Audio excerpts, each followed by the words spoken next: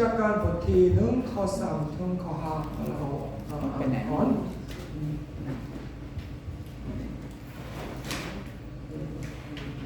ประมาณโอเคเราเอาพร้อมกัน1 2 3ทั้งพระองค์ทรงทุกข์ทรมานแล้วได้ทรงแสดงพระองค์แก่คนทั้งนั้นด้วยหลักฐานหลายอย่างพิสูจน์ว่าพระองค์ทรงพระชนอยู่และได้ทรงปรากฏแก่เขาทั้งหลายระหว่าง40 วันและได้ทรงสนทนากับเขาถึงเรื่องแผ่นดินของพระเจ้าเมื่อพระองค์ได้ทรงพำนักอยู่กับอัครทูตจึงกำชับเขาไม่ให้ออกไปจากกรุงเยรูซาเล็มแต่ให้คอยรับตามพระสัญญาของพระบิดาคือพระองค์ตรัสว่าตามที่ท่านทั้งหลายได้ยินจากเรานั่นแหละเพราะว่ายอมให้บัพติศมาด้วยน้ำแต่ไม่ช้าไม่นานท่านจะรับบัพติศมาด้วยพระวิญญาณบริสุทธิ์ก็ว่าทรงอาทิตย์ที่ผ่านมาคุยเรื่องนี้นะคือทรงอาทิตย์ผ่านมาเราบอกว่าคือนี่คือพระเยซูคริสต์ฟื้นขึ้นมาจากความตายประมาณสำหรับที่หน้าเราก็ระลึกวันอีสเตอร์ใช่ไหมครับวันสำหรับที่หน้าและพระเยซูคริสต์สิ้นพระชนม์แล้วก็สำหรับนับฟื้นขึ้นมาแล้วก็พบสาวกหลายคนแล้วก็คุยกับสาวกหลายคนและพระเยซูตรัสว่าก็จงรอที่กรุงเยรูซาเล็มแล้วก็ไต่รับพระสัญญาของพระบิดาและทรงอธิษฐานพร้อมก็แบ่งปันเลยพระสัญญาของพระบิดาคือว่าตั้งพระคัมภีร์ดองตามจากผู้เผยพระวจนะหลายคนแนะนำเรื่องพระวิญญาณบริสุทธิ์คือโยเอลที่ทรงของเราแนะนำโยเอลใช่ไหมครับโยเอลผู้เผยพระวจนะโยเอลแนะนำว่าพระวิญญาณวาระสายพระวิญญาณบริสุทธิ์แสดงลงมาอยู่ด้วยกับมนุษย์เราทั้งหลายนี่เรื่องนี้ก็คือพระสัญญาของพระบิดาแล้วก็คือนี่คืออะไรพระคริสต์เพราะว่าโยนให้รับบัพติศมาด้วยน้ำแต่ไม่ช้าไม่นานท่านจะรับบัพติศมาด้วยพระวิญญาณท่านจะรับบัพติศมาด้วยพระวิญญาณเพราะว่าพระเยซูคริสต์บอกว่าจงพี่น้องก็รอที่กรุงเยรูซาเล็มแล้วก็ไปรับบัพติศมาด้วยพระวิญญาณไปรับพระวิญญาณบริสุทธิ์นี่คือว่าและพระเยซูคริสต์ตรัสว่าตามที่ท่านทั้งหลายได้จากเรานั้นแหละว่าเมื่อก่อนพระเยซูคริสต์คุยเรื่องพระวิญญาณบริสุทธิ์กับสาวหลายคนและว่าพระสัญญาของพระบิดาคือพระวิญญาณบริสุทธิ์และตามที่ท่านทั้งหลายคอยได้จากเรานั้นแหละคือเรื่องพระวิญญาณบริสุทธิ์ครับและเรียกว่าบัพติศมาด้วยพระวิญญาณบริสุทธิ์แล้วพี่น้องก็รู้แล้วว่ากิจกรรมบทที่2ข้อที่1ข้อที่4เมื่อวันเทศกาลเพนเทคอสพระวิญญาณบริสุทธิ์ได้ลงมาเหลือสาวกหลายคนแล้วก็ไต่รับพระวิญญาณบริสุทธิ์และพระคัมภีร์เขียนไว้ว่าเขาเหล่านั้นก็ปรากฏด้วยพระวิญญาณบริสุทธิ์นี่คือเราถือว่าบัพติศมาด้วยพระวิญญาณพระเยซูคริสต์พ้นขึ้นมาแล้วก็สู่สวรรค์แล้วอีกไม่นานในวันที่เทศกาลเพนเทคอสหลายคนได้รับพระวิญญาณบริสุทธิ์ดีเราเรียกว่านี่คือปรากฏด้วยพระวิญญาณบริสุทธิ์นี่คือบัพติศมาด้วยพระวิญญาณบริสุทธิ์จะว่าที่เด่นพระเยซูคริสต์ตรัสว่าตามที่ท่านทั้งหลายได้จากเรานั่นแหละคุยเรื่องพระวิญญาณก่อนพระเยซูคริสต์เสียชีวิตพระเยซูคริสต์คุยกับสาวกเกี่ยวเรื่องพระวิญญาณบริสุทธิ์ครับคืออะไรนี่โยมบทที่14โยมบทที่16ครับ 자, 니크 피넌 걸 룰래요. 요 보디시 그와 완풍이 프라이스크릿 덩 심프라션에 큰니 프라이스크릿 차이웨라카 사업 라이라이 그리고 쿠이르앙니까. 자, 쿠이르앙 그 아라이 16, 17 레오코 보디 16 부에캅. 자, 오케이. 16, 17 클라이안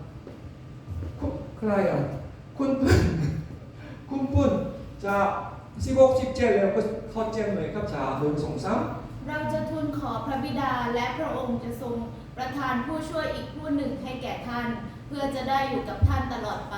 คือพระวิญญาณแห่งความจริง ซึ่งโลกรับไว้ไม่ได้ เพราะแลไม่เห็นและไม่รู้จักพระองค์ ท่านทั้งหลายรู้จักพระองค์ เพราะพระองค์ทรงสถิตอยู่กับท่าน และจะประทับอยู่ในท่าน อย่างไรก็ตามเราจะบอกความจริงแก่ท่านทั้งหลายคือ การที่เราจากไปนั้นก็เพื่อประโยชน์ของท่าน เพราะถ้าเราไม่ไปองค์พระผู้ช่วยก็จะไม่เสด็จมาหาท่าน แต่ถ้าเราไปแล้วเราก็จะใช้พระองค์มาหาท่าน 자, 그와 완풍이 프라이스크릿 덩 시아치리 흔히 구이르앙 프라윈양 보리수 르앙 프라윈양 보리수 그 아라이 와 프라이스크릿 그 아라이 세바 프라이스크릿 덩การที่เราจะไปพระจะต้องสู่สวรรค์ต้องและตั้งแต่ที่นี้พระเยซูคริสต์อยู่ด้วยกับสาวกไม่ได้พระจะต้องสู่สวรรค์ใช่ไหมครับต้องสู่สวรรค์ถ้าพระเยซูไม่ไปถ้าพระเยซูไม่สู่สวรรค์แล้วองค์พระผู้ช่วยจะไม่แสดงมาหาท่านถ้าพระเยซูคริสต์ไม่สู่สวรรค์พระผู้ช่วยมาไม่ได้พระเยซูคริสต์กับพระผู้ช่วยอยู่ด้วยกับไม่ได้ใช่ไหมครับถ้าพระเยซูคริสต์ไม่สู่สวรรค์พระวิญญาณพระผู้ช่วยมาอยู่ด้วยกับท่านทั้งหลายไม่ได้และข้อ16 17อธิบายว่าเราจะทูลขอพระบิดาและพระเจ้าจะประทานผู้ช่วยอีกผู้หนึ่งเพื่อจะได้อยู่กับท่านตลอดไปคือพระวิญญาณบริสุทธิ์พระวิญญาณบริสุทธิ์พระเยซูคริสต์ได้นำพระผู้ช่วยอีกองค์หนึ่งพระผู้ช่วยอีกองค์หนึ่งพระเยซูคริสต์สู่สวรรค์แล้วอีกผู้หนึ่งมาหาสาวกคือใครพระเยซูบอกว่าคือพระวิญญาณบริสุทธิ์คือพระเราเรียกว่าพระผู้ช่วยเพราะฉะนั้นพี่น้องทุกคนรู้เลยว่าจะฟังดีๆครับฟังดีๆเพราะว่ารู้เลยว่าพระเยซูคริสต์ทรงเป็นพระผู้ช่วยให้เลิศของเราและมีพระวิญญาณบริสุทธิ์เราเรียกว่าเป็นพระผู้ช่วยเป็นพระผู้ช่วย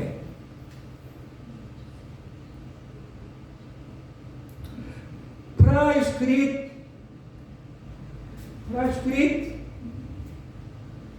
ไปสู่สวรรค์และพระวิญญาณบริสุทธิ์พระผู้ช่วยจะได้ลงมาแทนพระเยซูที่นี้พระวิญญาณบริสุทธิ์อยู่ด้วยกับเราตลอดไปตั้งแต่ที่นี้พระคริสต์สวรรค์แล้วตั้งแต่ที่นี้พระวิญญาณบริสุทธิ์อยู่ด้วยกับเราตลอดไป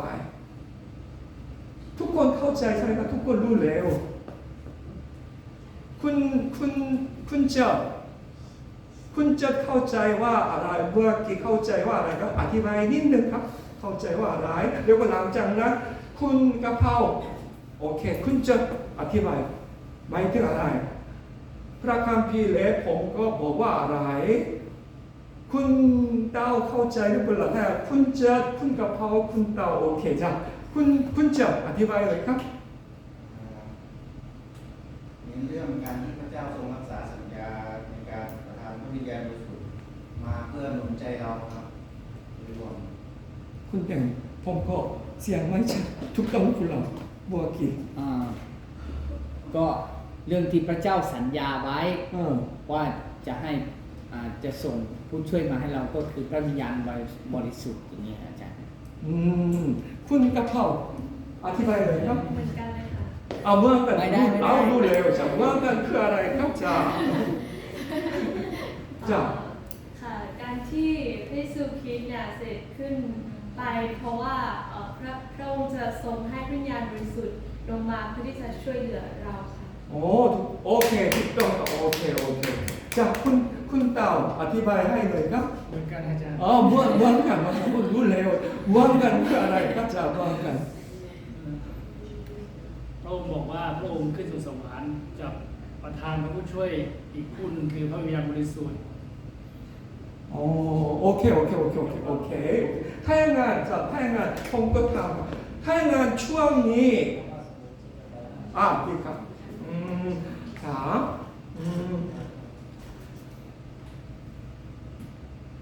ช่วงนี้พระวิญญาณบริสุทธิ์ทรงสถิตอยู่กับเราเป็นนี่เขาบอกว่าอะไรพระเจ้าที่ช่วงนี้พระเจ้าของเราทรงสถิตอยู่กับเราเสมอไปคือใครครับช่วงนี้ วิญญาณบริสุทธิ์ ต้องกับพระวิญญาณบริสุทธิ์พระวิญญาณบริสุทธิ์ถ้าพระวิญญาณบริสุทธิ์เป็นใครจะอธิบายนิดนึงคือว่าเราเอาพร้อมกัน1 2 3 พระวิญญาณของพระเจ้าได้ทรงสร้างข้าพเจ้า และองค์การของพระองค์ผู้ทรงมีอิทธิฤทธิ์ได้ให้ชีวิตแก่ข้าพเจ้า พระวิญญาณบริสุทธิ์ทรงเป็นพระเจ้าพระวิญญาณบริสุทธิ์ทรงเป็นพระผู้สร้างโลกโอกาสหน้าคุยหลายอย่างรู้เรื่องนี้นิดนึงก็โอเคก็วันนี้เราถือว่าเฉพาะคนใหม่เราถือว่าพระวิญญาณบริสุทธิ์ทรงเป็นพระผู้สร้างโลกพระวิญญาณบริสุทธิ์ทรงเป็นพระเจ้าเราเรียกพระวิญญาณบริสุทธิ์ว่าคือพระผู้ช่วยคือพระผู้ช่วยเดี๋ยวนี้พระวิญญาณบริสุทธิ์สถิตอยู่กับเราตั้งแต่เดี๋ยวนี้ถึงเสมอไปแทนพระเยซูคริสต์คุณจะเข้าใจไหมครับแทนพระเยซูคริสต์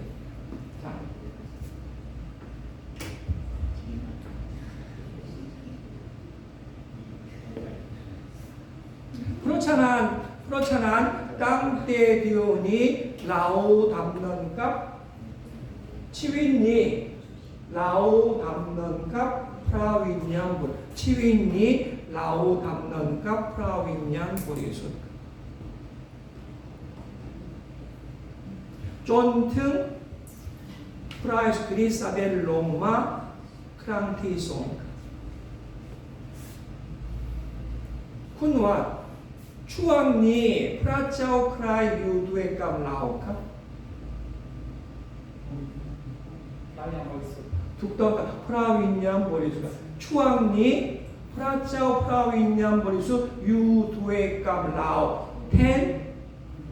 พระเยซูคริสต์แทนพระเพราะฉะนั้นเราก็เข้าใจเมื่อเราอ่านพระคัมภีร์นี้เราเข้าใจพระวิญญาณบริสุทธิ์ทรงเป็นพระเจ้าพระวิญญาณบริสุทธิ์ทรงเป็นผู้ที่สถิตกับเราเสมอไปแทนพระเยซูคริสต์ช่วงนี้เราดำเนินกับใครครับช่วงนี้วันพรุ่งนี้เราดำเนินกับใครครับคือพระวิญญาณบริสุทธิ์คือพระวิญญาณถ้าอย่างนั้นเราทำกับจงดำเนินกับพระวิญญาณบริสุทธิ์หมายถึงอะไรพี่น้องดำเนินกับพระวิญญาณบริสุทธิ์หมายถึงอะไร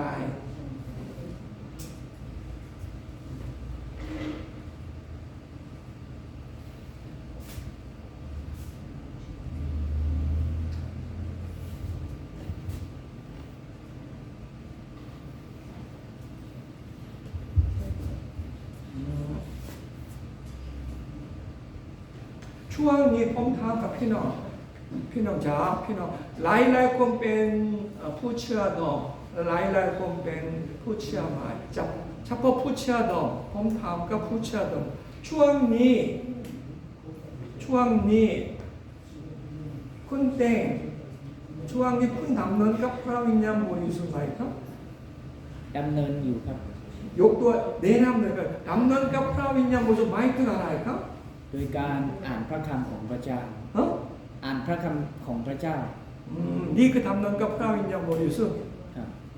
คุณชอบละจะโอเคคุณชอบช่วงนี้คุณชอบดำเนินกับพระดำเนินกับพระวิญญาณพี่น้องทุกคนเห็นด้วยครับช่วงนี้พระวิญญาณบริสุทธิ์สถิตอยู่กับเราองค์เดียวพระวิญญาณบริสุทธิ์ทรงเป็นพระเจ้าองค์เดียวอยู่ด้วยกับเราและเราทุกคนคริสเตียนทุกคนรู้แล้วครับเพราะฉะนั้นตั้งแต่เป็นคริสเตียนแล้วเราดำเนินกับพระวิญญาณบริสุทธิ์จะเราทุกคนคอยได้เรื่องนี้นั่นแล้วครับนั่นแล้วด้วยหลายครั้งแล้วครับในประเทศไทยด้วยในเกาหลีด้วยไปอะไรไปเข้าค่ายด้วยก็ทูวิดีโอด้วยทูยูทูบด้วยจงดำเนินกับพระวิญญาณบริสุทธิ์บนโลกนี้ถ้าอย่างนั้นจะถ้าอย่างนั้นคุณเต็งบอกว่าอ่านพระคัมภีร์นี่ดำเนินกับพระวิญญาณบริสุทธิ์จะคุณชอบละคุณชอบจะคุณชอบผมถามครับคุณชอบอยู่ในคุณดำเนินกับพระวิญญาณบริสุทธิ์หรือเปล่าครับ ค่ะ ยกตัวอย่างจะดำเนินกับพระวิญญาณบริสุทธิ์หมายถึงอะไรครับ เหมือนที่เต็งอ่านพระคัมภีร์อธิษฐานแล้วก็ฟังเสียงของพระวิญญาณบริสุทธิ์แล้วก็แล้วก็ทำตามค่ะ เหมือน อธิบายชัดๆอีกครั้งหนึ่งครับโอเคจ้ะ อ่านพระคัมภีร์แล้วก็อธิษฐานฟังพระสุรเสียงแล้วก็เชื่อฟังแล้วก็เดินตาม โอเคดีจ้ะคุณเต้าหลับจ้ะถ้าอย่างจ้ะคุณอะไรคุณกะเพราจ้ะคุณกะเพราจ้ะเราคุณเห็นดูเร็วเราทำนองกับพระวิญญาณบริสุทธิ์ใช่ไหมครับถ้าอย่างนั้นทำนองกับพระวิญญาณบริสุทธิ์หมายถึงอะไรครับถามก่อนคุณอยู่นี่คุณทำนองกับพระวิญญาณบริสุทธิ์อยู่หรือเปล่าครับได้อธิบายครับอธิบายให้หน่อยครับ อ่านพระคำอธิษฐานแล้วก็อย่างเวลาที่เราเจอกับสถานการณ์อะไรเราเหมือนกับว่าพระวิญญาณบริสุทธิ์จะตัดกับเราแล้วก็ให้เราทำสิ่งนี้อย่างเงี้ยค่ะอาจารย์สิ่งนี้ไม่ควรทำสิ่งนี้ควรที่จะทำ โอเคคุณวันล่ะอยู่นี่คุณดำเนินกับพระวิญญาณบริสุทธิ์อยู่หรือเปล่าครับ ปฏิบัติตามพระวจนะของพระองค์ แล้ว แล้วก็ให้พระองค์เป็นเจ้าของชีวิตเรา โอเคคุณดูนะล่ะอยู่นี่ดำเนินกับพระวิญญาณบริสุทธิ์อยู่หรือเปล่าถ้าอย่างนั้นก็อธิบายให้หน่อยครับดำเนินกับพระวิญญาณบริสุทธิ์หมายถึงอะไร ก็เชื่อฟังอะไร เชื่อฟังพระสุรเสียง คุณค่อยได้พระพุทธเสียงหรือเปล่าพระคัมภีร์จะโอเคจ้ะคือว่าพี่น้องเห็นด้วยไหมครับพี่น้องเห็นด้วยว่าพระวิญญาณบริสุทธิ์อยู่ในเราแล้วก็เราคุยกับพระวิญญาณบริสุทธิ์ได้หรือเปล่าค่อยคุยกันหรือเปล่า คุยกับตัวเอง ตลอดค่ะอาจารย์ อันนี้ ฮัลโหลครับ โมโหมาก คุยตลอด ดีไม่งั้นบอกว่าใจดีใจดีก่อน ไม่เคยทำตามใช่ไหม จ้ะ สู้ค่ะ ครับมีหลายอย่างแต่ว่าผมก็พูด1-2เท่านั้นเราแบ่งปันข้อที่1ข้อที่2เพราะฉะนั้นนี่ทั้งหมดไม่ใช่แต่ว่าเฉพาะผมคิดว่ามีข้อที่มีประโยชน์คืออะไรเพื่อพี่น้องเดี๋ยวก็ผมเลือกข้อที่1ข้อที่2ดำเนินกับพระวิญญาณบริสุทธิ์หมายถึงอะไรข้อที่1พูดคุยกันและทำตามการทรงนำของเราพูดคุยกันพระวิญญาณบริสุทธิ์ทรงเป็น บุคคลนะครับบุคคลถูกต้องไหมครับบุคคลเพราะฉะนั้นพระวิญญาณบริสุทธิ์อยากจะคุยกับเราด้วยเราจะคุยกับพระวิญญาณบริสุทธิ์ด้วยครับนี่คือดำเนินกับพระวิญญาณคนที่พี่น้องคุยกับพูดคุยกับพระวิญญาณบริสุทธิ์และทำตามการทรงนำของพระองค์ละคนนั้นเราถือว่าที่นี้เขาทำนำกับพระวิญญาณบริสุทธิ์คนที่ปรึกษากับพระวิญญาณบริสุทธิ์คนที่สื่อสารกับพระวิญญาณบริสุทธิ์นั้นเราถือว่าเขาที่นี้เขาทำนำกับพระวิญญาณบริสุทธิ์อยู่เพราะฉะนั้นก็เช็คครับที่นี้ข้าพเจ้าคุยกับพระวิญญาณบริสุทธิ์อยู่หรือเปล่าแล้วก็พระวิญญาณบริสุทธิ์คุยกับเราอยู่หรือเปล่าเราสนใจการทรงนำของพระวิญญาณบริสุทธิ์พระองค์หรือเปล่าถ้าพี่น้องตามใจตัวเองสมบไปแค่นั้นเขายังไม่ทำเนินกับพระวิญญาณบริสุทธิ์ยกตัวอย่าง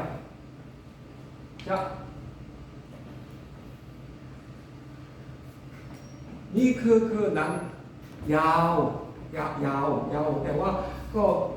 นี่ก็ได้กิจกรรมบทที่10เรื่องเปโตรทำเนินกับพระวิญญาณบริสุทธิ์หมายถึงอะไรเราอ่านนี้เราก็เข้าใจได้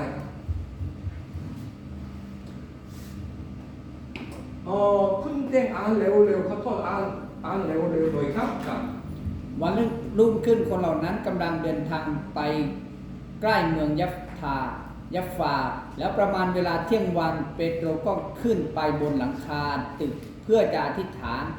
ก็หิวอยากจะรับประทานอาหารในระหว่างที่เขายังจัดอาหารอยู่เปโตรก็เข้าสู่ภวังค์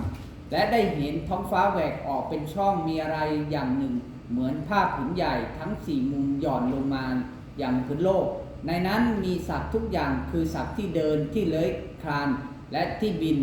มีพระสุรเสียงมาแก่ท่านว่าเปโตรเอ๋ยจงลุกขึ้นข้ากินเถิดฝ่ายเปโตรจึงทูลว่ามิได้เพราะเจ้าข้าเพราะว่าสิ่งซึ่งเป็นของต้องห้ามหรือของมลทินนั้นข้าพระองค์ไม่เคยรับประทานเลยแล้วจึงมีพระสุรเสียงเป็นครั้งที่2แก่ท่านว่าซึ่งพระเจ้าได้ทรงชำระแล้วอย่าว่าเป็นของต้องห้ามเห็นอย่างนั้นก็ถึง3ครั้งแล้วสิ่งนั้นก็ถูกรับขึ้นไปในสภาอากาศทันทีเมื่อเปโตรยังคิดสงสัยเรื่องนิมิตที่เห็นนั้นว่ามีความหมายอย่างไรดูเถิดคนที่คนเนเรอัสใช้ไปนั้นเมื่อถามหาและพบตึกของซีโมนแล้วก็มายืนอยู่หน้าประตูรั้วและร้องถามว่าซีโมนที่เรียกว่าเปโตรพักอยู่ที่นั่นหรือไม่เมื่อเปโตรตรึกตรองเรื่องนิมิตนั้นพระวิญญาณบริสุทธิ์ก็ตรัสกับท่านว่าดูเถิดชาย3 คนมาหาเจ้าจงลุกขึ้นลงไปข้างล่างและไปกับเขาเถิดอย่าลังเลใจเลยเพราะว่าเราได้ใช้เขามาเปโตรจึงลงไปหาคนเหล่านั้นกล่าวว่านี่แน่ข้าพเจ้าเป็นคนที่ท่านมาหานั้นท่านมาธุระอะไรเขาจึงตอบว่านายร้อยโคเนเรอัสเป็นคนชอบธรรมและเกรงกลัวพระเจ้าและเป็นคนมีชื่อเสียงในหมู่พวกยิวโคเนเรอัสผู้นั้นได้รับคำเตือนจากทูตสวรรค์บริสุทธิ์ให้มาเชิญท่านไปที่บ้านเพื่อจะฟังถ้อยคำของท่านเปโตรจึงเชิญเขาให้เข้ามาหยุดพักที่นั่นวันรุ่งขึ้นเปโตรก็ลุกขึ้นไปกับเขาและพวกพี่น้องบางคนที่เมืองยัฟทาก็ไปด้วยวันหนึ่งอาจารย์เปโตรอธิษฐานอยู่แล้วเมื่ออาจารย์เปโตรอธิษฐานได้พระสุรเสียงแล้วก็มีพระสุรเสียงมาว่าแล้วก็พูดคุยกับอาจารย์เปโตรใช่ไหมครับแล้วก็ข้อ14ไปเปโตรจึงทูลว่าฟังอาจารย์เปโตรอธิษฐานแล้วก็ฟังพระสุรเสียงของพระองค์แล้วอาจารย์เปโตรตรัสตอบกับพระองค์นั้นใช่ไหมครับแล้วข้อ ข้อ 19 บอกว่า เมื่อเปโตรอะไร ตรึกตรอง ตรึก ตรอง ตรึกตรอง ตรอง เรื่องดิมิตนั้นพระวิญญาณก็ตรัสกับท่านว่าเพราะฉะนั้นเราตัวเมื่อกี้พระองค์คุยกับอาจารย์เปโตรคือเราถือว่าพระวิญญาณบริสุทธิ์ก็ได้ทีนี้พระวิญญาณบริสุทธิ์คุยกับอาจารย์เปโตรใช่ไหมครับคุยกับแล้วข้อที่23สุดท้ายนั้นเปโตรทำตามการทรงนำของพระวิญญาณบริสุทธิ์กันเพราะฉะนั้นเราถือว่านี่ก็ได้กับว่าดำเนินกับพระวิญญาณบริสุทธิ์บนโลกนี้เราต้องดำเนินกับพระวิญญาณบริสุทธิ์ในชีวิตของเราคริสเตียนจงดำเนินกับพระวิญญาณบริสุทธิ์บนโลกนี้คืออะไรหนึ่งคือว่าผมแนะนำว่าพูดคุยกันและทำตามการทรงนำของพระองค์การทรงนำของพระวิญญาณบุตรเราคุยกับเราสื่อสารกันเราปรึกษากับพระวิญญาณบริสุทธิ์ในใจของเราแล้วก็เรารู้เสียงเรารู้พระสุรเสียงเรารู้พระวจนะของพระองค์แล้วก็เราทำตามการทรงนำของพระองค์กับเมื่อกี้อาจารย์เปโตรก็หลายคนคุยกับพระวิญญาณบริสุทธิ์แล้วปรึกษากับพระวิญญาณบริสุทธิ์แล้วหลายคนทำตามการทรงนำของพระวิญญาณบริสุทธิ์เพราะฉะนั้นนี่คือเราถือว่าพี่น้องครับพี่น้องเอ๋ยเราจงดำเนินกับพระวิญญาณบริสุทธิ์หนึ่งคือว่าคุยกับพระวิญญาณบริสุทธิ์และทำตามการทรงนำของพระวิญญาณบริสุทธิ์ช่วงนี้พี่น้องหลายคนเป็นคริสเตียนแล้วแต่ว่าช่วงนี้ยังไม่ดำเนินกับพระวิญญาณบริสุทธิ์ละพี่น้องรักษาข้อที่หนึ่งก่อนครับจงคุยกับพระวิญญาณบริสุทธิ์เหมือนกับแบบอย่างเหมือนกับอาจารย์เปโตรอาจารย์เปาโลเหมือนกับหลายคนครับในพระคัมภีร์ครับทรงกว่าได้รับฤทธิ์ของพระวิญญาณได้รับฤทธิ์ของพระองค์และเป็นพยานครับได้รับฤทธิ์และเป็นพยาน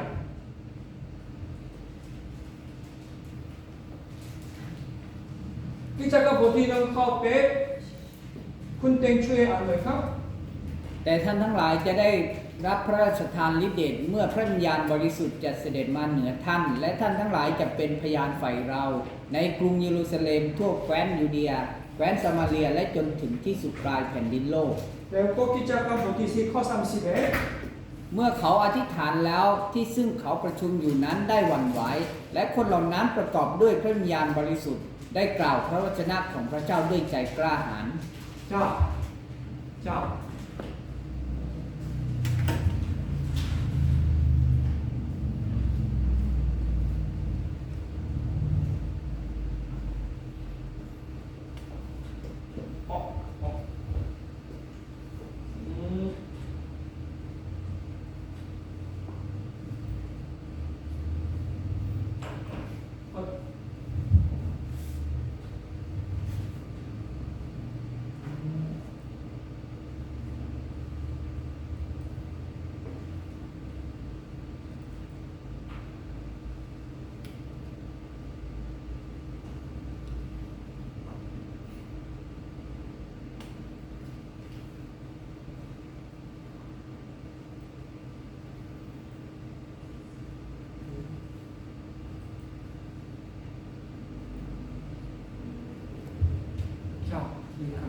เมื่อกี้กิจกรรมบทที่1ข้อ3ข้อ4ข้อ5บอกว่าพระคริสต์ตรัสว่าจงได้รับอภิสมาด้วยพระวิญญาณบริสุทธิ์ให้มันอภิสมาด้วยพระวิญญาณบริสุทธิ์นี่คนละเรื่องเมื่อเราเชื่อพระคริสต์พระวิญญาณบริสุทธิ์อยู่ในเราแล้วแต่ว่า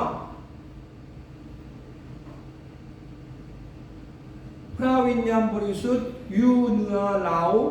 นี่คนละเรื่องครับคนละเรื่อง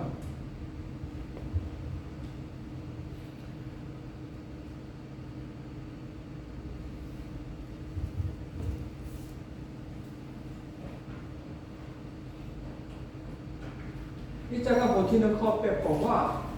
แต่ท่านทั้งหลายจะได้รับพระราชทานฤทธิ์เดชเมื่อพระวิญญาณบริสุทธิ์จะแสดงมาเหนือท่านและท่านทั้งหลายจะเป็นพยานไปเราคือว่าเราต้องเป็นพยานไปพระเยซูคริสต์ครับและคนที่จะเป็นพยานสัตย์ซื่อสัตย์เขาต้องได้รับฤทธิ์เดชของพระวิญญาณบริสุทธิ์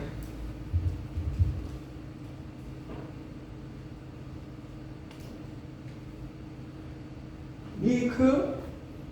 แนะนำกิจกรรมบทที่2ข้อที่1ถึงข้อที่4เมื่อเข้าทางเมื่อสาวทั้งหลายได้รับ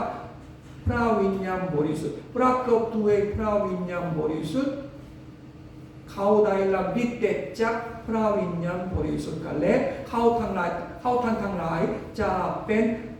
พยานไปพระเยซูคริสต์ได้เราต้องการได้รับพระวิญญาณบริสุทธิ์และทุกคนหลายคนบอกว่า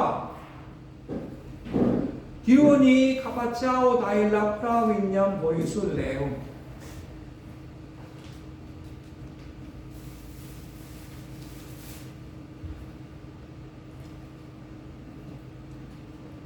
เมื่อเราเชื่อพระวิญญาณเมื่อเราเชื่อพระเยซูคริสต์เราได้รับพระวิญญาณบริสุทธิ์จากทั้งบัพติศมาด้วยพระวิญญาณบริสุทธิ์มีสองแบบครับมีสองแบบ1 ปีที่ผ่านมาผมอธิบายว่านี่คืออธิบายวิธีอื่นแต่ว่าที่วันนี้ผมถือว่าบัพติศมาด้วยพระวิญญาณบริสุทธิ์เป็นอย่างนี้หรือเปล่าแต่ว่าผมไม่เคยได้อย่างนี้ครับแต่ว่าผมถือว่า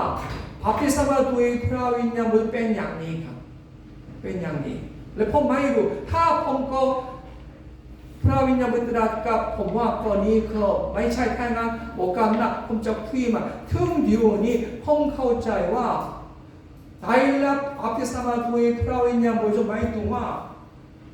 พระวิญญาณบริสุทธิ์อยู่ในเราด้วยพระวิญญาณบริสุทธิ์อยู่เหนือเราด้วยนี่แต่ว่านี่คนละเรื่อง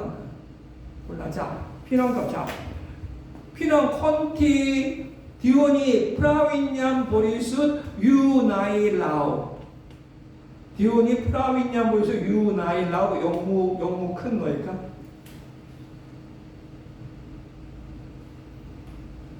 จ้ะถ้างั้นจ้ะโอเคเดี๋ยวนี้พระจ้ะอีกครั้งหนึ่งผมก็ยังไม่จ้ะเดี๋ยวนี้พระวิญญาณบริสุทธิ์อยู่ในเราก็ยกมือขึ้นหน่อยครับคุณเตามั่นใจหรือเปล่าครับเพราะว่าทำไมคุณเตาบอกว่าคิดว่าพระวิญญาณบริสุทธิ์อยู่ในคุณทำตามพูดคุยอย่างที่อาจารย์ว่าพูดคุยแล้วทำตามที่พระวิญญาณทรงบอกโอเคคุณเจ้าเดี๋ยวนี้พระวิญญาณอยู่ในใจของคุณก็ยกมือครับแค่ทำไมครับคุณทำไมก็ยกมือครับเราได้ฟังเสียงของพระองค์ผ่านพระวจนะที่ผมได้คุยกับอาจารย์มาโอเคคนที่ผู้ที่เชื่อพระเยซูคริสต์พระวิญญาณบริสุทธิ์อยู่ในใจเราทุกคนรู้เรื่องนี้จ้าโอเคคนที่ยังไม่ยกมือขึ้นโอกาสหน้าก็ยกมือขึ้นอีกครั้งหนึ่งจ้าคำที่สองกับคือว่าตอนนี้เราได้รับบัพติศมาด้วยพระวิญญาณบริสุทธิ์แล้วก็ผมบอกว่าบัพติศมาด้วยพระวิญญาณบริสุทธิ์หมายถึงว่ามีสองแบบหนึ่งคือว่าอยู่พระวิญญาณบริสุทธิ์อยู่ในเราสองคือว่าพระวิญญาณบริสุทธิ์อยู่เหนือเราใช่ไหมครับถ้าผมถามว่าพระวิญญาณบริสุทธิ์อยู่เหนือเรา พระวิญญาณบริสุทธิ์อยู่เหนือเราพระวิญญาณบริสุทธิ์อยู่เหนือเราคอยอยู่เหนือเราลงมือขึ้นครับ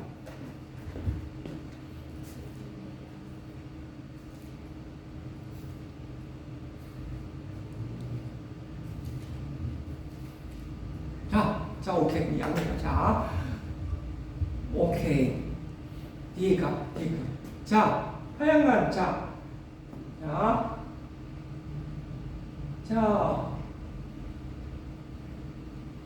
피렁껏 툭덩가. 피렁. 자,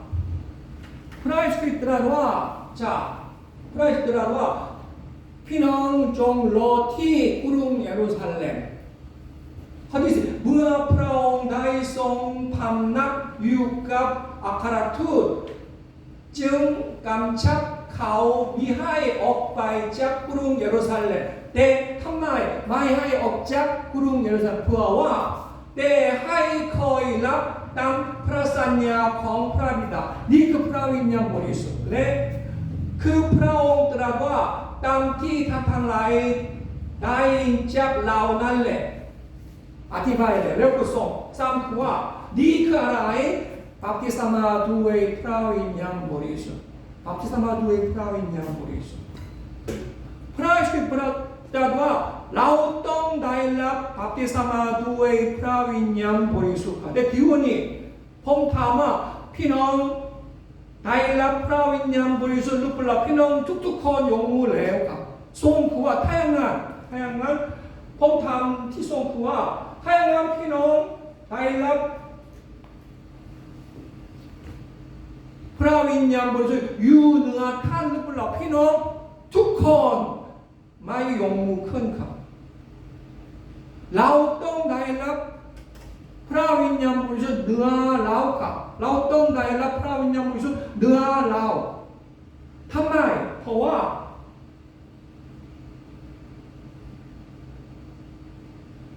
เขียนไว้ว่า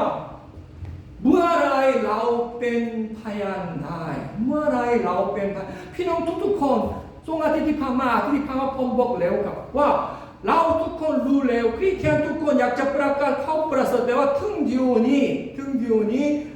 หลายคนประกาศเข้าประเสริฐไม่ไหวเพราะว่าบางทีไม่กล้าด้วยบางทีไม่สนใจด้วยหลายอย่างพยายามแต่ว่าก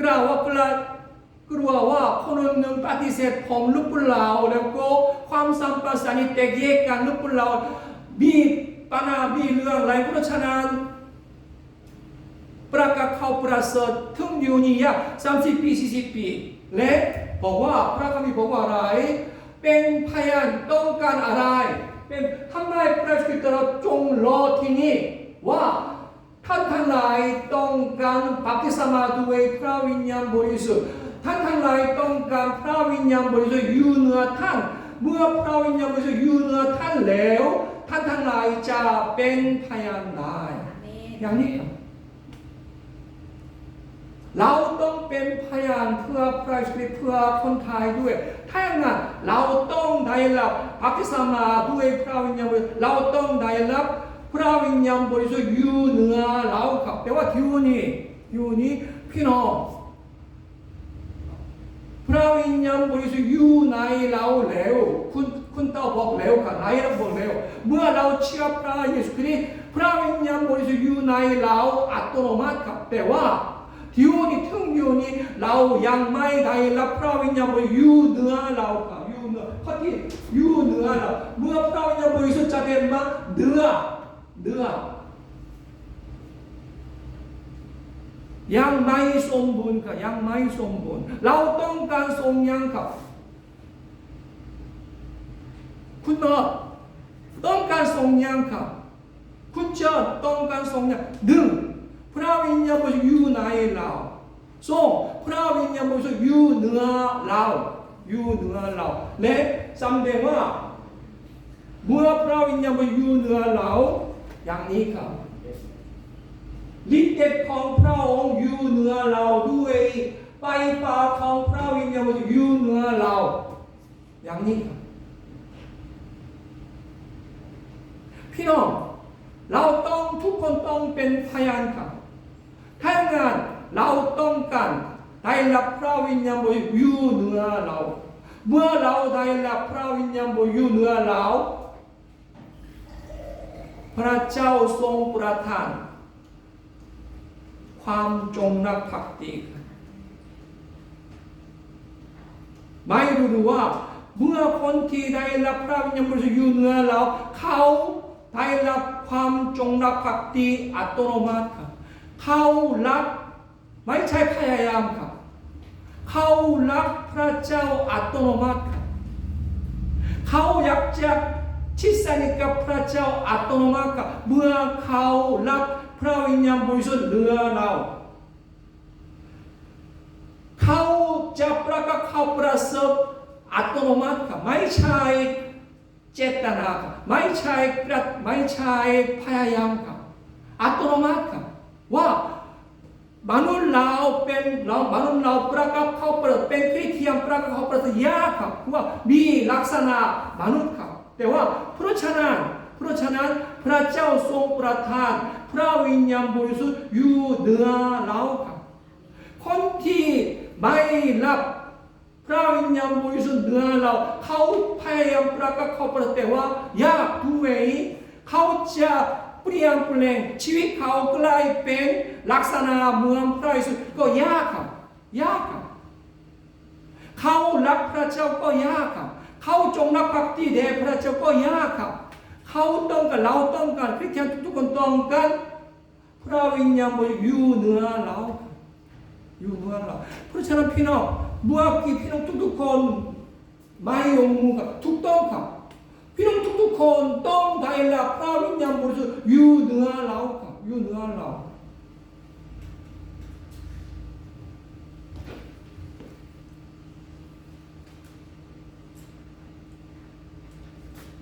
อย่างนี้แล้วก็ดีครับผมถือว่าอย่างนี้ครับบัพติศมาด้วยพระวิญญาณบริสุทธิ์หมายถึงมีมีทรงแบบอยู่ในเราอยู่เหนือพระวิญญาณบริสุทธิ์อยู่ในเรานี่ก็บัพติศมาด้วยพระวิญญาณบริสุทธิ์อีกแบบหนึ่งอีกส่วนหนึ่งคือพระวิญญาณบริสุทธิ์อยู่เหนือเราอยู่บนเรา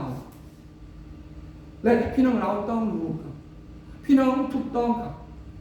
เดี๋ยวนี้พระวิญญาณบริสุทธิ์อยู่ในเราแล้วถูกต้องด้วยเดี๋ยวนี้ถึงเดี๋ยวนี้ข้าพเจ้าไม่ค่อยได้รับพระวิญญาณบริสุทธิ์อยู่เหนือเราแล้วยกตัวอย่างผมก็พูดซ้ำอีกครั้งหนึ่งว่าถ้าอย่างนั้นคนที่ได้รับพระวิญญาณบริสุทธิ์อยู่เหนือเราเขารักพระเจ้าเพื่ออัตโนมัติเขาจงรักภักดีเพื่ออัตโนมัติเขาเปลี่ยนชีวิตเพื่ออัตโนมัติอยากจะกลายเป็นลักษณะพระเยซูคริสต์และเขาจะเป็นซื่อสัตย์เพื่อพระเยซูคริสต์ด้วยเพื่อคนไทยด้วยเพราะฉะนั้นผมหนุนใจพี่น้องครับเพราะฉะนั้นพี่น้องต้องสนใจพระวิญญาณบริสุทธิ์อยู่เหนือเราก็ต้องสนใจชีวิตเราเปลี่ยนแปลงครับชีวิตเราเปลี่ยนแปลงต้องได้รับพระวิญญาณบริสุทธิ์อยู่เหนือเราครับชีวิตพี่น้องเปลี่ยนแปลงแน่นอนครับถ้างั้นเรารู้ว่าเราข้าพเจ้าได้รับพระวิญญาณบริสุทธิ์อยู่เหนือเรารู้ได้อย่างไร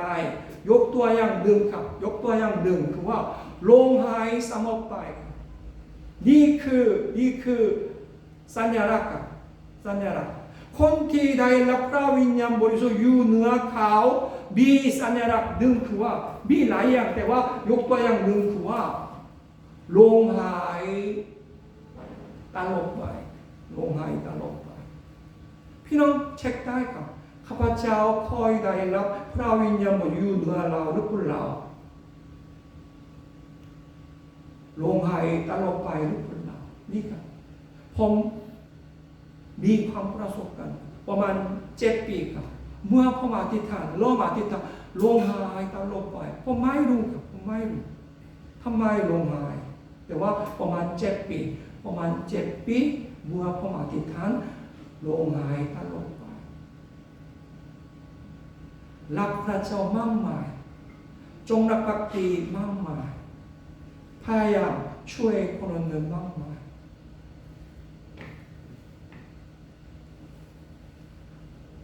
พี่น้องกับคริสเตียนเราต้องได้รับพระวิญญาณบริสุทธิ์อยู่เหนือเรา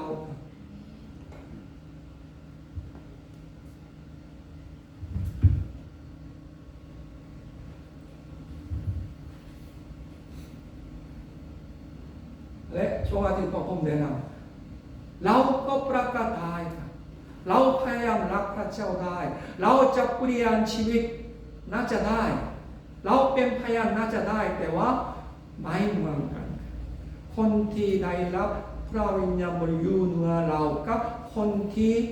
ยังไม่ได้รับพระวิญญาณบริสุทธิ์อยู่เหนือเราไม่เหมือนกันไม่เหมือนไม่เหมือน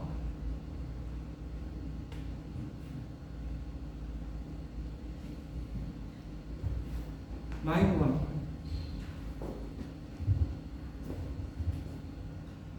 จ้ามีคำถามไหมครับผมก็มีสั้นๆเดี๋ยวมีคำถามเปล่าผมก็รุ่นใจพี่น้องครับจงสนใจพระวิญญาณบริสุทธิ์และเมื่อคนที่ได้รับพระวิญญาณบริสุทธิ์เดือเขาเข้าใจพระคุณเขาเข้าใจพระคัมภีร์มากขึ้น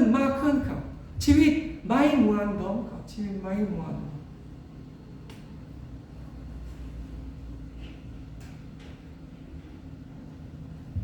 มีคำถามไหมครับอาจารย์ถ้าเราอยากจะได้รับพระวิญญาณเหนือเรา แต่อาจารย์อธิบายได้ไหมว่าเหตุผลอะไรที่ทำให้เราไม่สามารถรับได้ มีไหมครับแปลอีกนะ เราอยากจะรับแต่มีเหตุผลอะไรบ้างที่ทำให้เราไม่สามารถรับได้ อาจารย์เหตุผลที่ไม่สามารถทำให้เรารับพระวิญญาณบริสุทธิ์ได้คืออะไรคะ เหตุผลที่ไม่สามารถทำให้เรารับ เข้าใจ พระวิญญาณบริสุทธิ์เหนือเราได้คืออะไรเอาไว้ผมเข้าใจว่าทำไมข้าพเจ้ารับพระวิญญาณบริสุทธิ์เหนือเราไม่ได้คือว่าเพราะอะไรดึงคือว่าไม่ขอครับไม่ขอครับไม่สนใจครับหนึ่งไม่สนใจไม่สนใจครับไม่รู้เรื่องนี้เลยไม่ค่อยเรียนไม่ค่อยรู้จากพระคัมภีร์ไม่สนใจด้วยไม่ค่อยสอนด้วยครับแล้วก็ไม่ค่อยขอครับจ้าคุณนุนาช่วยอ่านหน่อยครับเพราะฉะนั้นถ้าท่านทั้งหลายเองผู้เป็นคนบาปยังรู้จักให้ของดีแก่บุตรของตนยิ่งกว่านั้นสักเท่าใดพระบิดาผู้ทรงสถิตในสวรรค์จะทรงประทานพระวิญญาณบริสุทธิ์แก่ผู้ที่ขอต่อพระองค์เราคนที่ไม่สนใจไม่รู้จักเขาไม่ขอครับไม่ขอเพราะฉะนั้นรับพระวิญญาณบริสุทธิ์อยู่เหนือท่านไม่ได้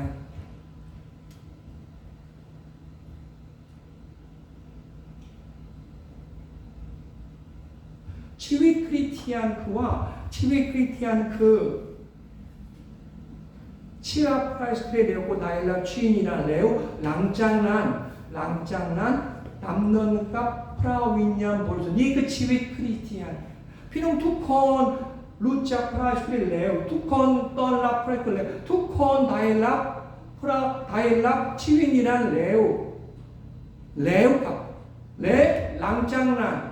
ได้รับชีวิตนั้นแล้วเราจะทำอะไรบ้างคือว่าดำเนินกับพระวิญญาณบริสุทธิ์บนโลกนี้ครับแต่ว่าพี่น้องคือว่าเดี๋ยวนี้พี่น้องผมคิดว่าเดี๋ยวนี้เรื่องนี้พี่น้องไม่สนใจครับดำเนินกับพระวิญญาณบริสุทธิ์ไม่สนใจผมไม่รู้ว่าถึงเดี๋ยวนี้พี่น้องก็ข้อที่หนึ่งก็โอเคบางคนไม่โอเคแต่ว่าหลายคนโอเคใช่ไหมครับหลายคนโอเค แต่ว่าข้อที่สองทุกๆข้อไม่คอยเพราะฉะนั้นนี่คือว่านี่ขอโทษนี่คือว่ามีปัญหาครับนี่ไม่เหมาะสมกับนำพระทัยพระเจ้าคือว่าเมื่อกี้พระเยซูคริสต์ก่อนสู่สวรรค์ก่อนเสียชีวิตพระเยซูคริสต์อยากจะแนะนำพระผู้ช่วยและตรัสว่าอะไรตั้งแต่เดี๋ยวนี้ครับเราจะสู่สวรรค์มาอยู่กับเจ้าทั้งหลายเพราะฉะนั้นตั้งแต่เดี๋ยวนี้จนถึงเราแสดงมาครั้งที่สองเจ้าทั้งหลายอยู่ด้วยกับใครอยู่ด้วยกับพระวิญญาณบริสุทธิ์กับและพระวิญญาณบริสุทธิ์อยู่ในใจของเราอยากจะทำเงินกับเราอยากจะคุยกับเราอยากจะช่วยเราแต่ว่าเราได้รับชีวิตนั้นแล้วก็พอแล้วก็เราไม่สนใจพระผู้ช่วยไม่สนใจพระผู้ช่วยพระผู้ช่วยนี่คือจริงๆพระผู้ช่วยกับพระผู้ช่วยเมื่อเราได้รับพระวิญญาณบริสุทธิ์แล้วเราได้รับพระราชทานฤทธิ์เดชจากพระวิญญาณบริสุทธิ์ครับชีวิตเราเปลี่ยนแปลงเรารู้ชัดเจนการทรงนำของพระองค์เราเข้าใจนำพระทัยพระเจ้าชัดเจนกว่าเมื่อก่อนเราใช้ชนะความบาปเราใช้ชนะศัตรูเก่งกว่าสมัยโบราณ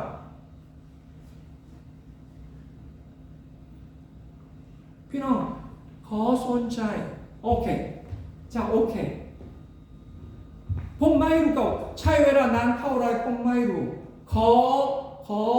พระพรหมทั้งหลายขอต้องการพระวิญญาณบริสุทธิ์ขอช่วยด้วยผมไม่รู้บางคนแค่10นาทีบางคนแค่อาจารย์เบาลงประมาณ3 วัน 4 วันและบางคนก็แค่1 อาทิตย์บางคนก็ประมาณ1 ปีผมก็ได้รับเชื่อพระคริสต์หลังจากนั้นประมาณ30 ปีแล้วครับ30 ปี2007ครับผมได้รับพระวิญญาณบริสุทธิ์ปี2007ผมเชื่อพระคริสต์1980ครับถ้าอย่างนั้น27 ปีหน้าผมได้รับพระวิญญาณบริสุทธิ์และผมก็อย่างนี้ครับผมก็รับพระวิญญาณบริสุทธิ์ช้าเกินไป27 ปีครับและผมบอกว่าพี่น้องทุกคนรู้จักพระคริสต์แล้วเพราะฉะนั้นรู้จักพระวิญญาณบริสุทธิ์แล้วมีประโยชน์มากมายเพื่อพี่น้องด้วยมีประโยชน์มากมายเพื่อประเทศไทยด้วยมีประโยชน์มากมายเพื่อแผ่นดินพระเจ้า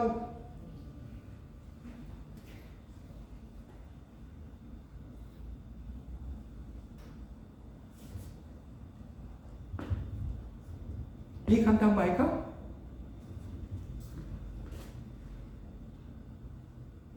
พี่น้องผมก็ดุลใจพี่น้องครับพี่น้องต้องการพระวิญญาณบริสุทธิ์ต้องสนใจพระวิญญาณผมพูดตรงอันนี้ขอโทษผมไม่อยากคุยเรื่องนี้ครับแต่ผมจะโอกาสสุดท้ายผมก็พูดตรงครับผมบางทีผมสงสัยครับว่าคนที่คริสเตียนมาจากเมืองไทยหลายคนเรียนไม่เหมือนกับผมหรือเปล่าเพราะฉะนั้นปฏิเสธเรื่องพระวิญญาณบริสุทธิ์หรือเปล่าบางที่ผมไปเยี่ยมคริสตจักรไทยที่นู่นเขาไม่ค่อย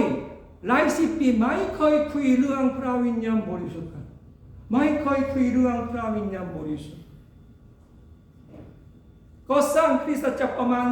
30 กว่าปีแล้วไม่เคยคุยเรื่องพระวิญญาณบริสุทธิ์ผมก็ไปเยี่ยมแล้วก็ผมก็ส่ง3 ครั้งก็แนะนำเรื่องพระวิญญาณบริสุทธิ์รู้สึกเป็นนักที่เทียมเท็จหรือเปล่า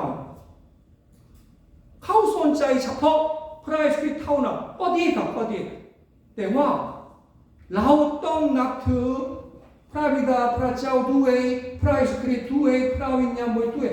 เราก็จบนมัสการแล้วก็เราก็ร้องเพลงสรรเสริญใช่ไหมครับพี่น้องก็ดูชัดเจนครับเรานับถือพระบิดาพระเจ้าเรานับถือพระเยซูคริสต์เรานับถือพระวิญญาณบริสุทธิ์ ช่วงนี้เราต้องการพระวิญญาณบริสุทธิ์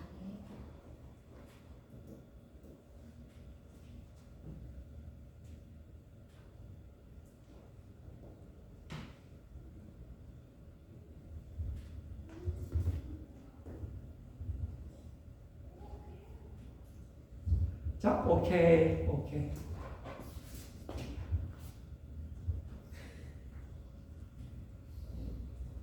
คุณชอบเข้าใจ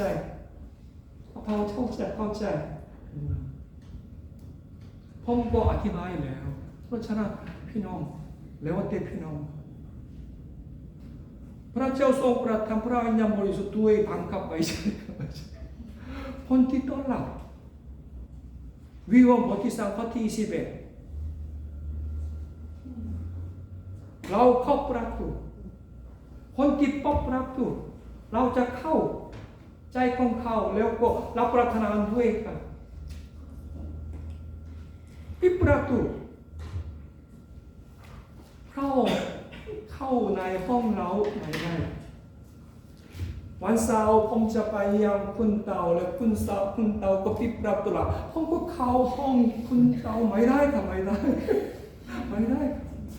ใช่เราไปขึ้นหัวกัน เนี่ยเลยปิดประตูไว้ ยกตัวอย่างโอเคจ้า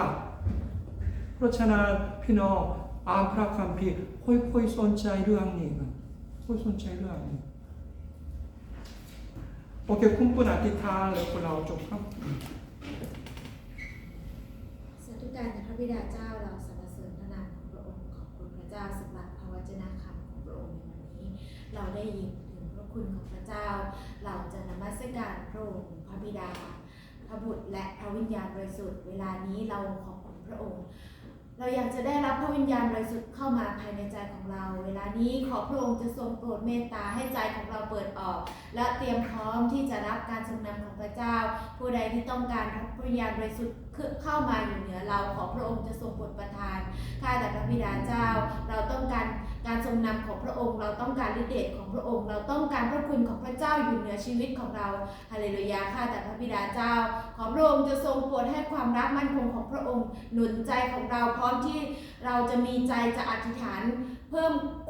มพูนในส่วนที่เรายังขาดอยู่และขอพระองค์จะทรงโปรดนำพระวิญญาณบริสุทธิ์เข้ามาภายในใจของเราเข้ามาในการทรงนำที่พระองค์จะทรงโปรดจัดเตรียมไว้ข้าแต่พระบิดาเจ้าหากเรายังไม่ได้รับขอพระองค์จะทรงโปรดให้เราที่จะทูลขอต่อหน้าการทรงนำของพระองค์ต่อหน้าพระพักตร์ของพระองค์และขอพระองค์จะทรงโปรดมอบและประทานฤทธิ์เดชให้กับเราด้วยข้าแต่พระบิดาเจ้าขอการทรงนำของพระองค์หลั่งไหลลงมาอธิษฐานฝากมอบชีวิตข้าพระองค์และพี่น้องของข้าพระองค์ทุกคนไว้ในพระอันทรงฤทธิ์ของพระองค์อธิษฐานในพระนามพระเยซูคริสต์เจ้าอาเมน